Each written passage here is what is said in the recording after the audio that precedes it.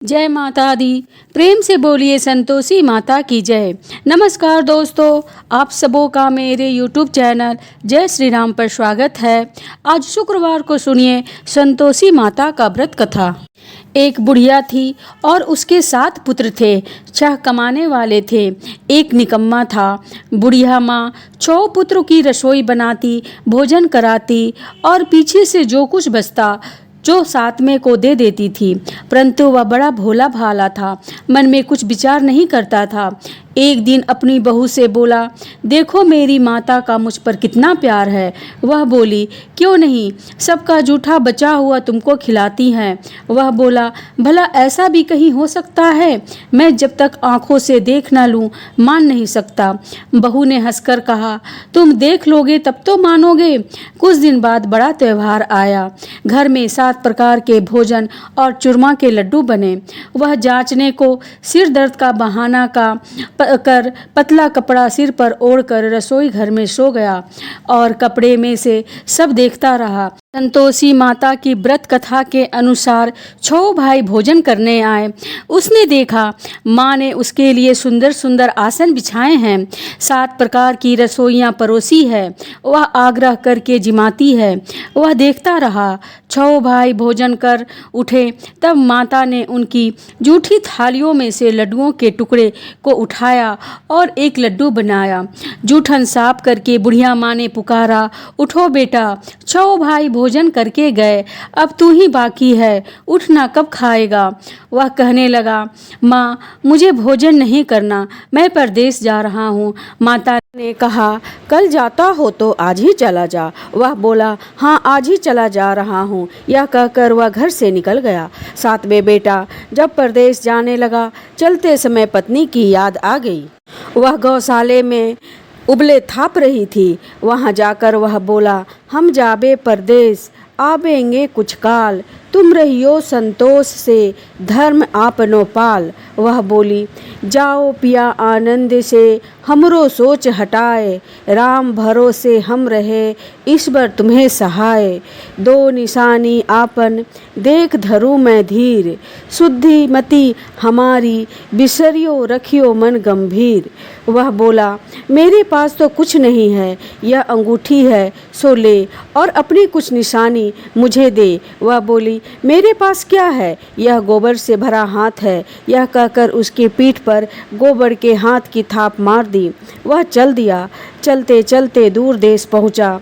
जब वह परदेश में नौकरी करने लगा, वहाँ एक साहूकार की दुकान थी। वहाँ जाकर वह कहने लगा, भाई मुझे नौकरी पर रख लो। साहूकार को ज़रूरत थी, इसलिए वह बोला, ठीक है रह जा। लड़के ने पूछा, तनख्वाह क्या दोगे? साहूकार ने कहा, काम देखकर दाम मिलेगा। जब साहूकार की नौकरी मिल गई तो वह सुबह 7 बजे से 10 बजे तक नौकरी करने लगा। कुछ दिनों में वह दुकान का सारा लेन देन, हिसाब किताब, ग्राहकों का माल बेचना, सारा काम करने लगा। साहूकार के 7-8 नौकर थे। वह सब चक्कर खाने लगे कि यह तो बहुत होशियार बन गया है। सेठ ने भी काम देखा और 3 महीने में ही उसे आधा मुनाफे का हिस्सेदार बना दिया। वह कुछ वर्षों में ही वह नामी सेठ बन गया और मालिक सारा कारोबार उस पर छोड़कर चला गया। उधर पति की अनुपस्थिति में सास उसकी पत्नी पर अत्याचार करने लगी। उधर उसकी पत्नी को सास ससुर दुख देने लगे। सारी गृहस्थी का काम करा के उसे लकड़ी लेने जंगल में भेज दे। इस बीच घर की रोटियों के आटे से जो भूसी निकलती उसकी रोटी बनाकर रख दी जाती और फूटे नारियल के खोपड़ी में पानी।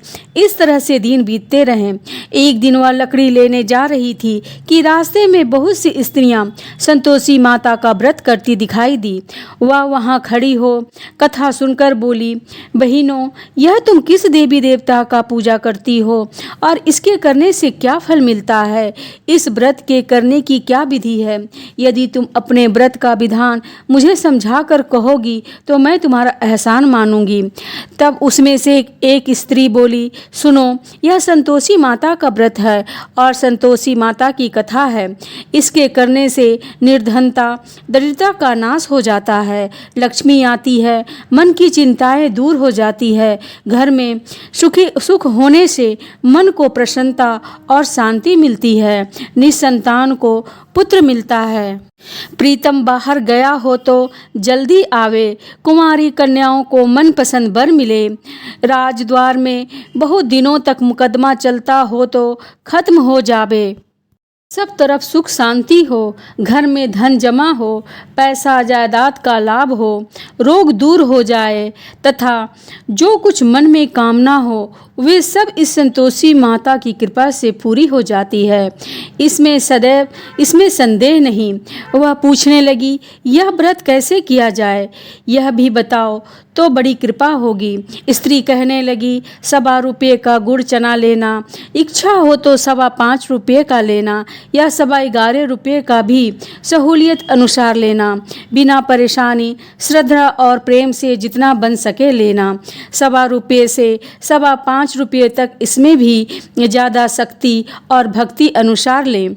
हर शुक्रवार को निराहार रह संतोषी माँ की कथा कहना सुनना, इसके बीच क्रम टूटे नहीं, लगातार नियम पालन करना। वाला कोई ना मिले तो घी का दीपक जला उसके आगे जल का पात्र रखकर कथा कहें, परंतु नियम न टूटे।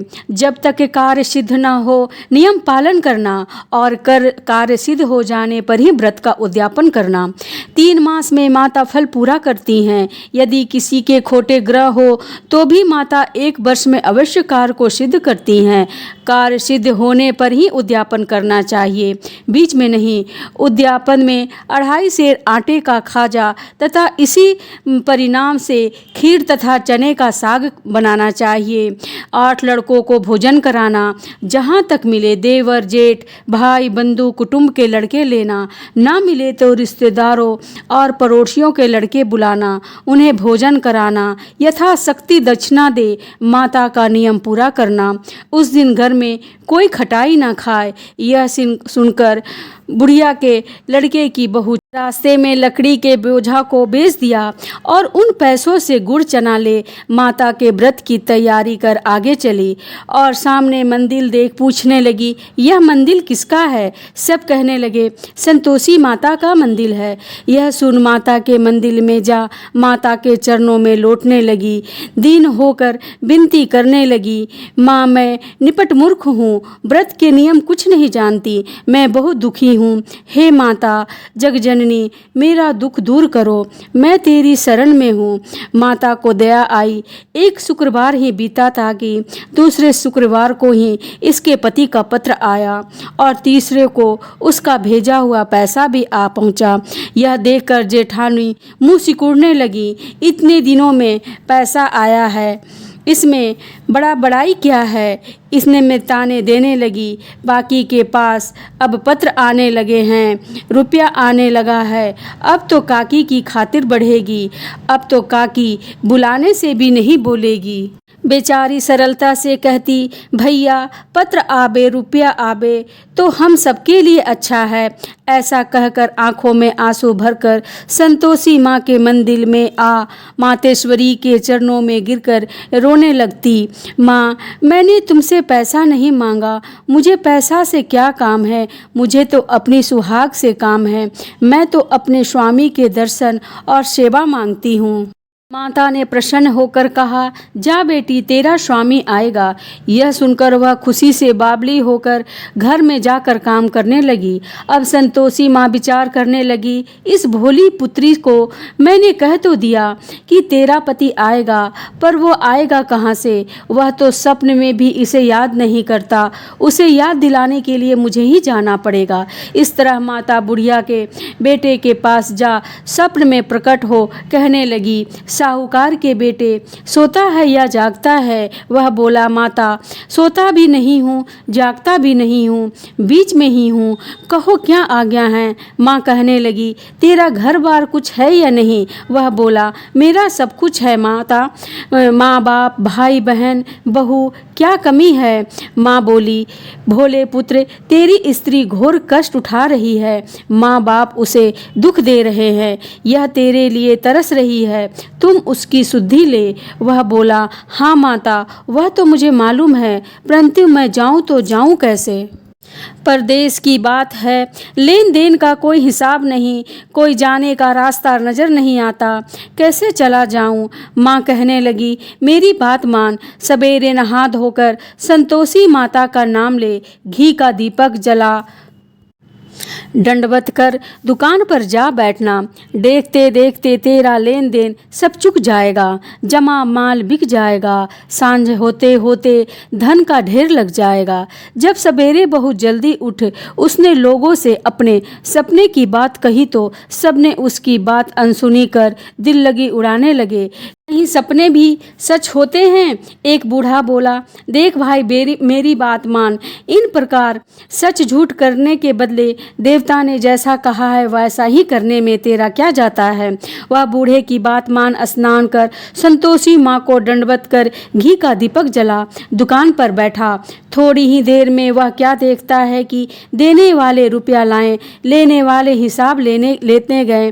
कोठे से भरे सामान को खरीदार नगद दामों में सौदा करने लगे। शाम तक धन का ढेर लग गया। माता का चमत्कार देख प्रसन्न हो मन में माता का नाम ले घर ले जाने के वास्ते गहना कपड़ा खरीदने लगा और वहाँ के काम से निपट कर वह घर को रवाना हुआ। वहाँ बहू बेचारी जंगल में लकड़ी लेने जाती है, लौटते वक्त माँ के मंदिर पर विश्राम करती है। वह तो उसका रोजाना रुकने का स्थान था। दूर से धूल उड़ती देख माता से पूछती है, हे माता, यह धूल कैसी उड़ रही है? माँ कहती है, हे पुत्री, तेरा पति आ रहा है, अब तू ऐसा कर, लकड़ियों को 3 बोझ बना ला, एक नदी किनारे रख, दूसरी मेरी मंदिर पे और तीसरा अपने सिर पर रख। तेरे पति को लकड़ी का गट्ठा देखकर मोह पैदा होगा, वो वहाँ रुकेगा, नाश्ता पानी बनाकर खाकर माँ से मिलने जाएगा। तब तू लकड़िया का बोझ उठा करके घर जाना और बीच चौक में गट्ठा डालकर 3 आवाज़ जोर जोर से लगा लो, सासू जी लकड़ियाँ का गट्ठा लो, भूखी को रोटी दो और नारियल के खोपड़ी में पानी दो। आज कौन मेहमान आया है? माँ की बात सुन बहू बहुत अच्छा माता कहकर प्रसन्न हो लकड़ियाँ के 3 गड्ढे में आई, एक नदी के तट पर, एक माता के मंदिर पर रखा। इतने में ही एक मुसाफिर आ पहुँचा।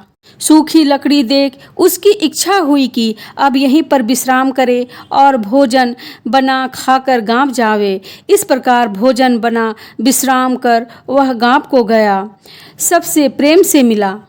उसी समय बहू सिर पर लकड़ी का गट्ठा लिए जाती है।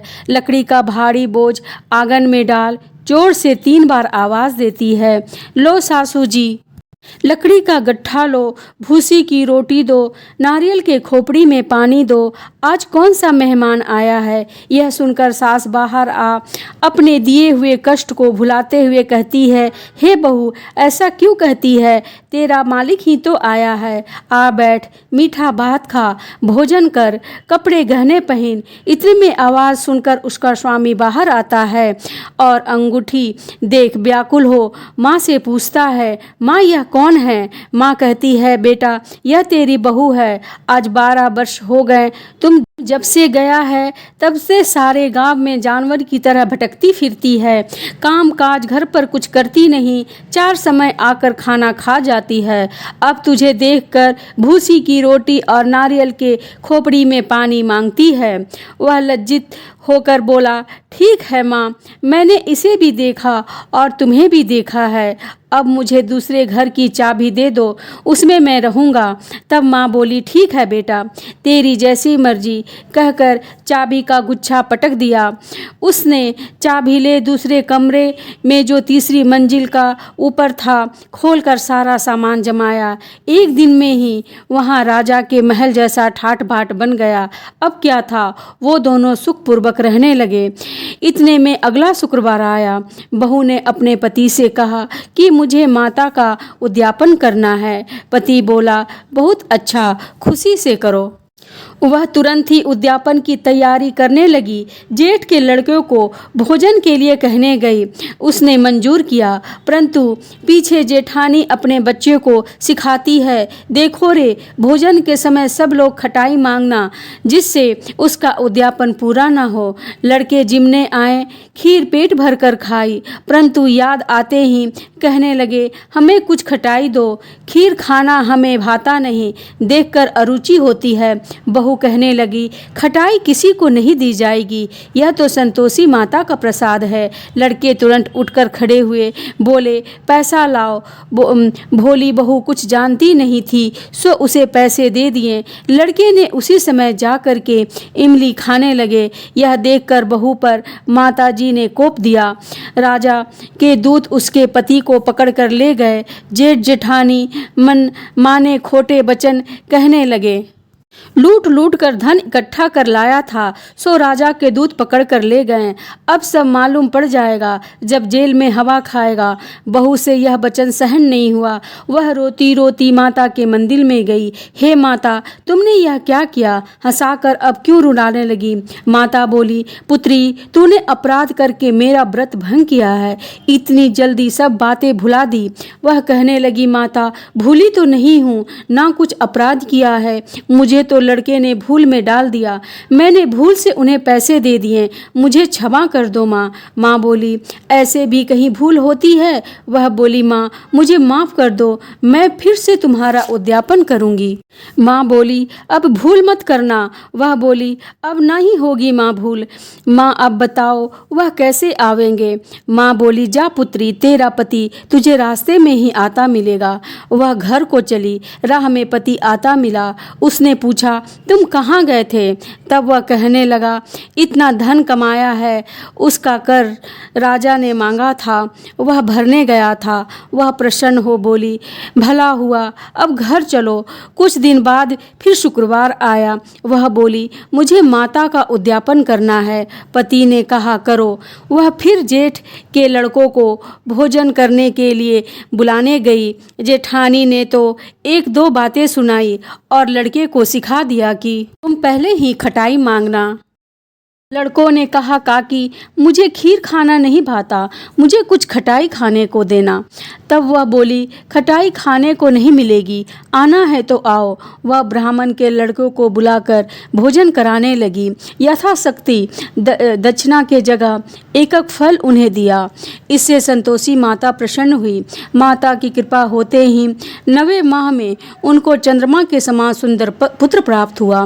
पुत्र को लेकर प्रतिदिन माताजी के मंदिर में जाने लगी। माँ ने सोचा कि वह रोज आती है, आज क्यों नहीं मैं उसके घर चलूं, उसका आसरा देखूं तो सही। वह विचार कर माता ने भयानक रूप बनाया। गुड़ और चने से सना मुख, सूर के समान ओठ, उस पर मक्खियां भिन भिना रही थी। दहलीज पर पाँव रखते ही उसकी सास चिल्लाई, देखो रे, कोई चुड़ैल डाकिन आ गई है, लड़के इसे भगाओ, नहीं तो वह किसी को खा जाएगी। लड़के डरने लगे और चिल्लाकर खिड़की बंद करने लगे। वह रोशनदान में से देख रही थी। प्रशंसा से पगली होकर चिल्लाने लगी, आज मेरी माताजी मेरे घर आई हैं। वह कहकर बच्चों को दूध पिलाने से हटाती है। इतने में सास का क्रोध फूट पड़ा।